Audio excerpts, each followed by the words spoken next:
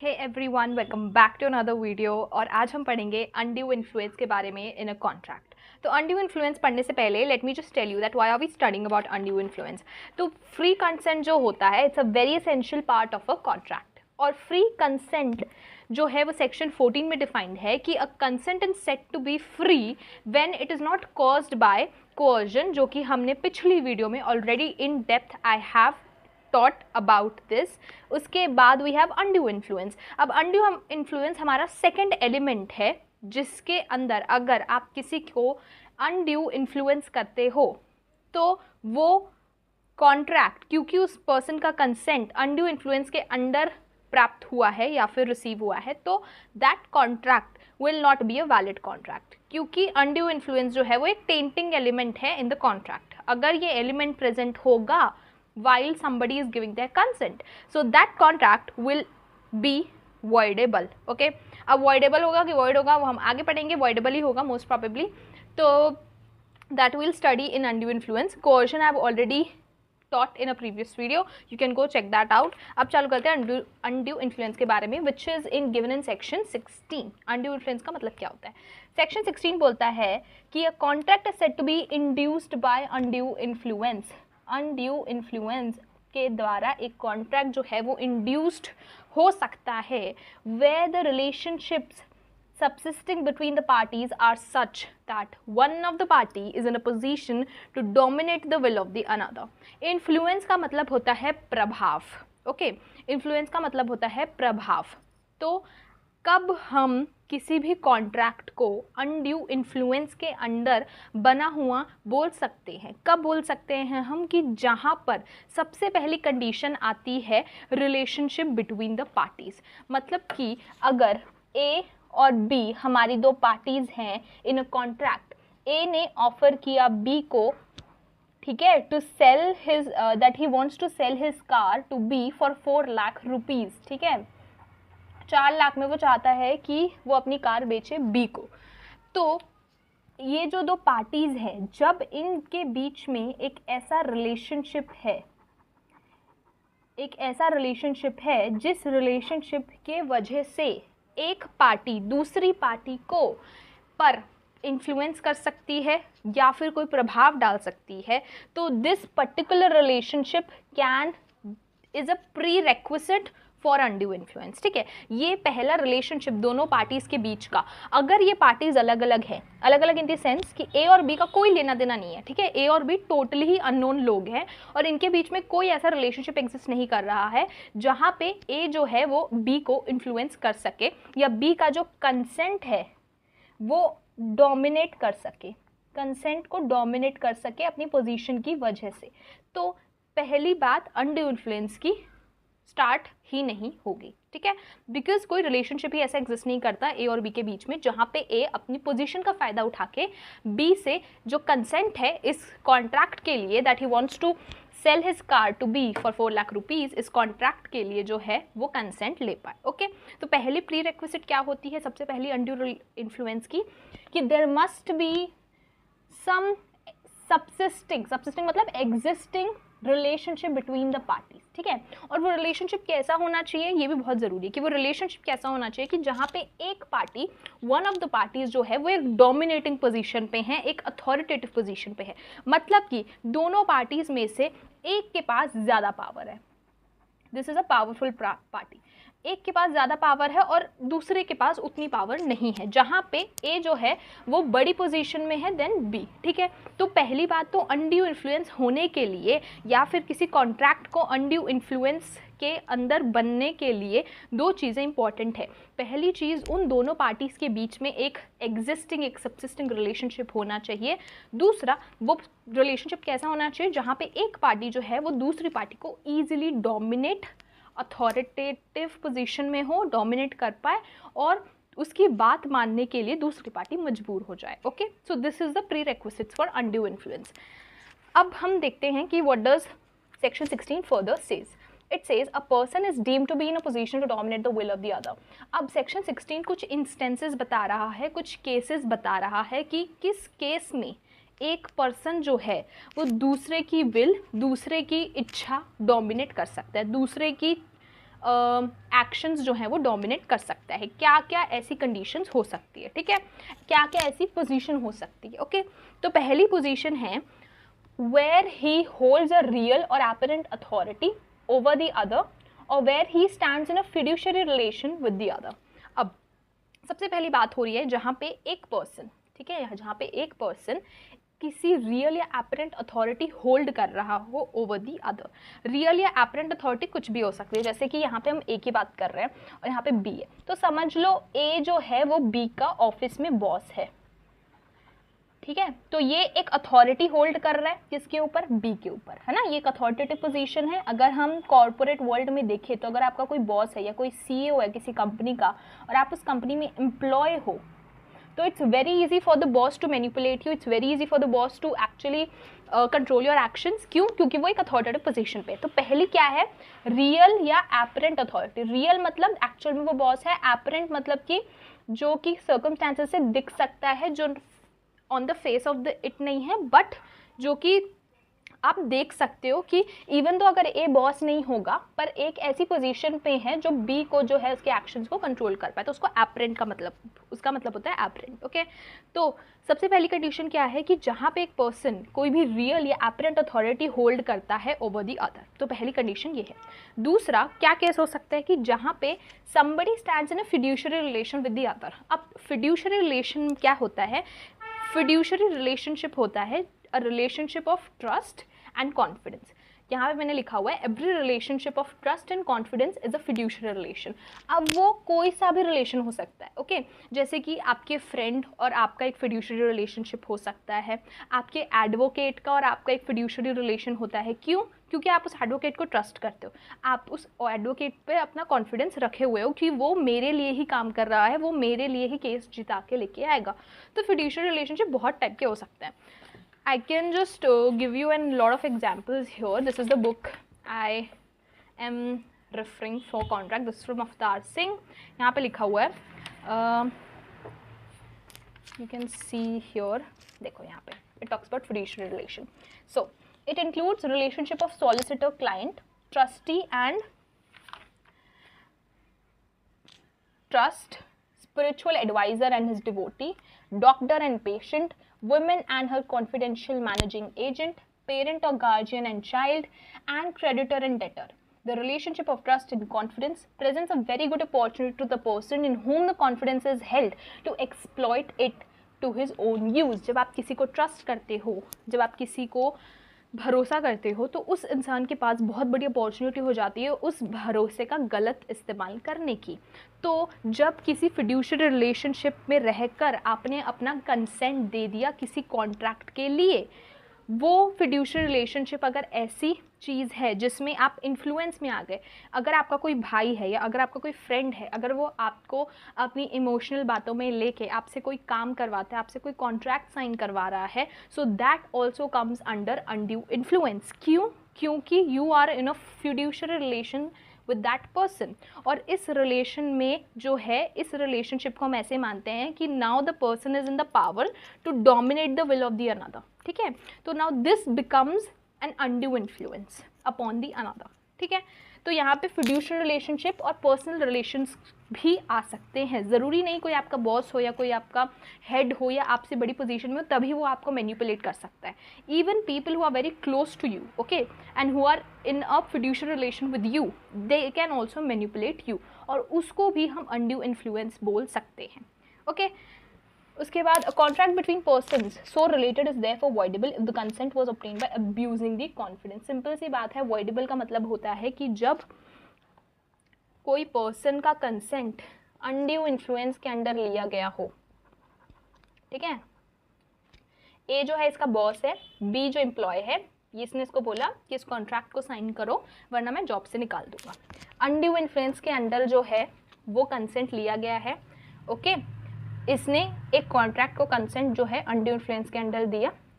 Simple सी बात है, जब ये कॉन्ट्रैक्ट को कोर्ट में लेके जाएगा बी और बताएगा कि मैंने जो है इन्फ्लुएंस में आके कॉन्ट्रैक्ट को साइन किया, तो कोर्ट क्या बोलेगा कि ये कॉन्ट्रैक्ट आप वॉइड कर सकते हो। आप मतलब बी इस कॉन्ट्रैक्ट को वॉइड कर सकता है क्योंकि बी यहाँ पे डिसएडवांटेज्ड पार्टी है, बी यहाँ पे विक्टिम है, बी वो है जिसको अनड्यू इन्फ्लुएंस किया गया हो। ओके, तो ये कॉन्ट्रैक्ट बन जाता है voidable. Voidable at the option of party whose consent was tainted. Okay, तो बी यहाँ पे जो डिसएडवांटेज पार्टी होती है, जो विक्टिम होता है, वो ही कॉन्ट्रैक्ट को वॉइड कर सकता है, तो इसलिए कॉन्ट्रैक्ट वॉइडेबल है। ओके, तो यहाँ पे यही बात हो रही है कि जहाँ पे आप किसी फिड्यूशियल रिलेशनशिप में हो और उस किसी पर्सन ने उस रिलेशनशिप में जो ट्रस्ट और कॉन्फिडेंस आपने उस पर्सन को दिखाया है, उसका मिसयूज़ करते हुए कोई कॉन्ट्रैक्ट को जो है वो आपसे साइन करवा लिया या कंसेंट ले लिया है, तो बेसिकली वो कॉन्ट्रैक्ट आपकी इच्छा के अनुसार वॉइड हो सकता है। When you go to court, court पे जाके आप उस कॉन्ट्रैक्ट को जो है वॉइड करवा सकते हो। ओके, कौन करवा सकता है? सिर्फ बी करवा सकता है, ए नहीं करवा सकता। ठीक है, बी करवा सकता है। क्यों? क्योंकि उसका कंसेंट गलत तरीके से लिया गया था। बी, क्योंकि बी जो है यहाँ पे विक्टिम है और डिसएडवांटेज्ड पार्टी है। Okay, now let's move forward to B, where he makes a contract with a person whose mental capacity is temporarily or permanently affected by reason of age, illness, mental, bodily or distress। ठीक है, तो second हमने अभी तक पढ़ा कि under influence कौन कर सकता है, वो पर्सन जो किसी अथॉरिटेटिव पोजीशन पे हो। दूसरा हमने पढ़ा वो पर्सन जो कि किसी फिड्यूशियरी रिलेशनशिप में है और उस रिलेशनशिप का गलत इस्तेमाल करे। तीसरा आ जाता है कि अनड्यू इन्फ्लुएंस जो है उनके साथ भी हो सकता है, उन लोगों के साथ जो कि मेंटल कैपेसिटी, जो मेंटली स्टेबल नहीं है, भले परमानेंटली जो पैदा ही वैसे हुए हैं, मेंटली इनस्टेबल हैं जो, या फिर टेम्परली किसी कंडीशन की वजह से, किसी एक्सीडेंट की वजह से they are temporarily not in their mental capacity, तो उन लोगों के साथ भी अनड्यू इन्फ्लुएंस हो सकता है। अब वो किसी भी वजह से हो सकता है, वो मेंटल जो इनकी इंस्टेबिलिटी है वो एज की वजह से हो सकती है, वो किसी इलनेस की वजह से हो सकती है, जैसे कि कई बार अल्जाइमर जो डिसीज़ होता है उसकी वजह से people do not remember things, right, वो लोग चीज़ों को याद नहीं रखते, तो मे बी उस इलनेस का फ़ायदा उठा के कोई उनसे जो है साइन करवा लिया, कंसेंट ले ले, तो वो कंसेंट क्या बोला जाएगा? वो अनड्यू इन्फ्लुएंस में लिया गया कंसेंट बोला जाएगा। या फिर मेंटल और बॉडीली स्ट्रेस, जब आप बहुत ज़्यादा कोई पर्सन बहुत ज़्यादा टेंशन में है, एंजाइटी में है, डिप्रेशन में है, और तब आप उस सिचुएशन का फ़ायदा उठा के, उसका डिस्ट्रेस का फ़ायदा उठा के जो है उससे कंसेंट लो, तो that consent is also be set to be given under undue influence. Okay, तो ये चीज़ भी हो सकती है। अब let's see a case related to it. It's Rani Annapurni Nachiyar versus Swaminatha Chettiar 1909। एक पुअर हिंदू वुमेन जिसको पैसे चाहिए थे to establish her right of maintenance, वो एक पर्सन जो उसको पैसा दे रहा था, मनी लेंडर, उसने उसको बोला कि मुझे इस पैसे पे 100% इंटरेस्ट रेट चाहिए, इंटरेस्ट जो तुम मुझे दोगी वो पूरा 100% दोगी इस पैसे पे। ठीक है, तो इस केस में अनड्यू इन्फ्लुएंस हुई है। क्यों हुई है? बिकॉज उसका जो अभी मेंटल डिस्ट्रेस है, क्योंकि वो पुअर थी, तो उस फ़ायदा उठा के, उस कंडीशन का, उस मेंटल डिस्ट्रेस का फ़ायदा उठा के उस पर्सन ने उससे 100% इंटरेस्ट रेट की मांग करी। ओके, पर कोर्ट के पास जब वो गई तो कोर्ट ने बोला कि वो जो इंटरेस्ट है हम उसको 24% कर देते हैं। क्यों? क्योंकि you are in a mental distress और किसी ने तुम्हारे ऊपर अनड्यू इन्फ्लुएंस लेकर जो है कंसेंट तुम्हारा लिया था उस कॉन्ट्रैक्ट के लिए, तो हम उस चीज़ को कम करके 24% कर रहे हैं। Okay, this was one of the case. Now let's move forward to the last one. Last है हमारा सबसेक्शन 3। सबसेक्शन 3 क्या बोलता है कि जहाँ पे where a person who is in a position to dominate the will of the another enters into a contract with him, the transaction appears on the face of it or on the evidence adduced to be unconscionable. Burden of proving that such contract was not induced by undue influence shall lie upon the person in a position to dominate the will of the other. अब ये subsection 3 क्या बोल रहा है कि जहाँ पे एक पर्सन एक ऐसी पोजीशन पे है जहाँ वो दूसरे की जो विल है वो उसको डोमिनेट कर सकता है, कंट्रोल कर सकता है। ठीक है, ओके, ऐसी विल जिसको वो डोमिनेट कर सकता है, कंट्रोल कर सकता है, उस पोजीशन में वो है। ओके, अब कॉन्ट्रैक्ट बन गया और कॉन्ट्रैक्ट की कंडीशंस अगर आप देखो, ठीक है, टर्म्स एंड कंडीशंस अगर आप देखो तो समझ लो, हम वैसे एग्जांपल ले लेते हैं कि ए इज़ द CEO और बॉस ऑफ बी। ठीक है, तो he is in a position where he can actually control the will of B. Okay, क्योंकि वो CEO और बॉस है। अब इसने बोला कि I am selling my car to you for 50 lakhs। 50 lakhs में वो कार बेच रहा है। उसकी कार कोई बहुत टॉप मॉडल नहीं है, कोई लग्जरी कार नहीं है, नॉर्मल कार है, it's a very normal car जो कि आप नॉर्मली जाओ तो आपको 10 लाख में मिल जाती है, but he is selling it to 50 lakh to B. ठीक है, अब कॉन्ट्रैक्ट साइन कर दिया बी ने, कंसेंट मिल गया उसका, पर अब टर्म्स एंड कंडीशंस देखो तो टर्म्स एंड कंडीशंस ये है कि मैं तुमको 50 लाख में अपनी ये कार बेच रहा हूँ, तो वो सेकेंड हैंड कार जो है वो 50 लाख में उसको बेच रहा है, तो कॉन्ट्रैक्ट की टर्म्स एंड कंडीशन से तो ये लग रहा है कि बी ने जो है इसमें ज़बरदस्ती साइन किया है, because if B is a normal person so why would you buy a second hand car for 50 lakh rupees. ठीक है, तो या और कोई टर्म्स एंड कंडीशन से भी अगर हम देखा जाए तो ऐसा लग रहा है कि बी ने जो है ज़ोर ज़बरदस्ती से जो है इस पर साइन किया, उसका मन नहीं था, उसकी विल नहीं थी, उसका कंसेंट नहीं था, हमको टर्म्स एंड कंडीशन से ऐसे लग रहा है। ओके, नाउ इस केस में if this case goes to court तो बर्डन किस पे लाई करेगा। अब बर्डन ऑफ प्रूफ होता है ये प्रूफ करना कि मैंने ये काम नहीं किया, तो ये जो बर्डन ऑफ प्रूफ है ये ए पे लाई करेगा कि एक्सप्लेन करो कि टर्म्स एंड कंडीशंस को देख के जो हमें लग रहा है कि बी ने जोर ज़बरदस्ती में आके प्रेशर में आके साइन किया है, तो आपको ये प्रूफ करना पड़ेगा, ए को ये प्रूफ करना पड़ेगा as the boss, as the CEO, कि बी की जो विल थी वो फ्रीली गिवन है, बी ने कोई प्रेशर में आके या कोई अनड्यू इन्फ्लुएंस में आके साइन नहीं किया है इस कॉन्ट्रैक्ट पे। ये किसको प्रूफ करना पड़ेगा, ए को। ओके, यही चीज़ जो है सबसेक्शन 3 बोल रहा है।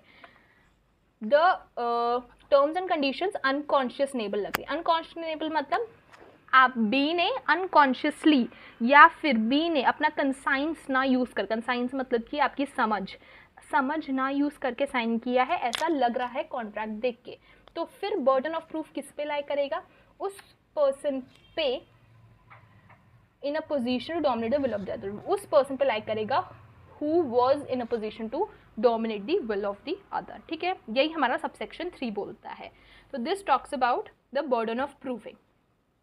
अब let's go forward to section 19A। Okay, section 19A talks about कि जब आपका अनड्यू इन्फ्लुएंस से साइन हो गया, कॉन्ट्रैक्ट बन गया, तब वो पार्टी जिसका कंसेंट जोर ज़बरदस्ती या अनड्यू इन्फ्लुएंस से लिया गया है, वो पार्टी तब क्या कर सकती है। मैंने आपको पहले भी बताया था कि कॉन्ट्रैक्ट बिकम्स वॉइडेबल। वाई? क्योंकि कंसेंट जो है वो एक पार्टी का अनड्यू इन्फ्लुएंस के अंडर लिया गया है। Okay, now what does it says कि when consent to an agreement is caused by undue influence, contract voidable at the option of the party whose consent was so caused. ठीक है, simple सी बात है कि if the consent is taken under undue influence, किसी भी influence के under किसी भी डोमिनेट करके किसी पर्सन से आप कंसेंट लिए हो, तो वो पर्सन उस कॉन्ट्रैक्ट को कोर्ट में जाके वॉइड कर सकता है। ओके, कौन? जो कि विक्टिम है, जो कि डिसएडवांटेज पार्टी है, वो कौन करेगा वॉइड? कौन करेगा पार्टी? जिसका कंसेंट वॉज सो कॉज्ड, जिसका consent was undue influenced. Okay, तो वो पार्टी जाके कोर्ट में जो है he can ask the court that I would like to nullify, I would like to make the contract void. Lastly, it says any such contract may be set aside either absolutely or if the party who was entitled to avoid it has received any benefit thereunder upon such terms and conditions as to the court may seem just। Simple सी बात है कि या तो आप उस contract को, अब आपने कॉन्ट्रैक्ट को वॉइड कर दिया तो कॉन्ट्रैक्ट का कोई इफेक्ट नहीं रहा, तो वो या तो आप उसको एब्सोल्युटली मतलब बिना किसी इफेक्ट का बना दो, आप उस कॉन्ट्रैक्ट को टोटली वॉइड कर दो, या फिर अगर उस पार्टी को जो कि विक्टिम है, वो पार्टी जो कि डिसएडवांटेज है, अगर उसको इस कॉन्ट्रैक्ट के अंदर कोई बेनिफिट मिल रहा हो, कोई पैसा मिल रहा हो, ओके, तो आप उस बेनिफिट को देख कर भी बाकी की चीज़ों को, बाकी की टर्म्स एंड कंडीशंस को नल एंड वॉइड कर सकते हो। ठीक है, मतलब कि यहाँ पे किसका बेनिफिट मिल रहा है, किसको मिल रहा है? ये मिल रहा है बी को, जिसका कंसेंट गलत तरीके से लिया गया था। कौन देगा इसको? कोर्ट। अगर बी बोले तो ये बोल सकती है कि मेरा ये बेनिफिट है इस कॉन्ट्रैक्ट में, क्योंकि मेरा कंसेंट जो है ज़ोर ज़बरदस्ती से लिया गया था, अनड्यू इन्फ्लुएंस से लिया गया था, तो मैं ये बेनिफिट लेना चाहूँगी और बाकी चीज़ों को आप कर दो नल एंड वॉइड। मैं ये बेनिफिट जो है वो लेना चाहूँगा, मतलब बी बोलेगा कि मैं ये कार खरीदना चाहूँगा पर मैं ये कार का सिर्फ 2 लाख रुपीज़ ही दूंगा, वो ऐसा भी बोल सकता है। वॉइड या तो वो पूरा वॉइड कर दे, या तो फिर वो बोलेगा कि I would like to take the car, I would like to buy the car but for 2 lakh rupees. Okay, so that's what this says. तो ये हमारा पूरा था अनड्यू इन्फ्लुएंस का। I hope you have understood. अच्छा एलिमेंट्स हैं ये. अभी next we'll go to fraud and misrepresentation, mistake. And thank you for watching the video.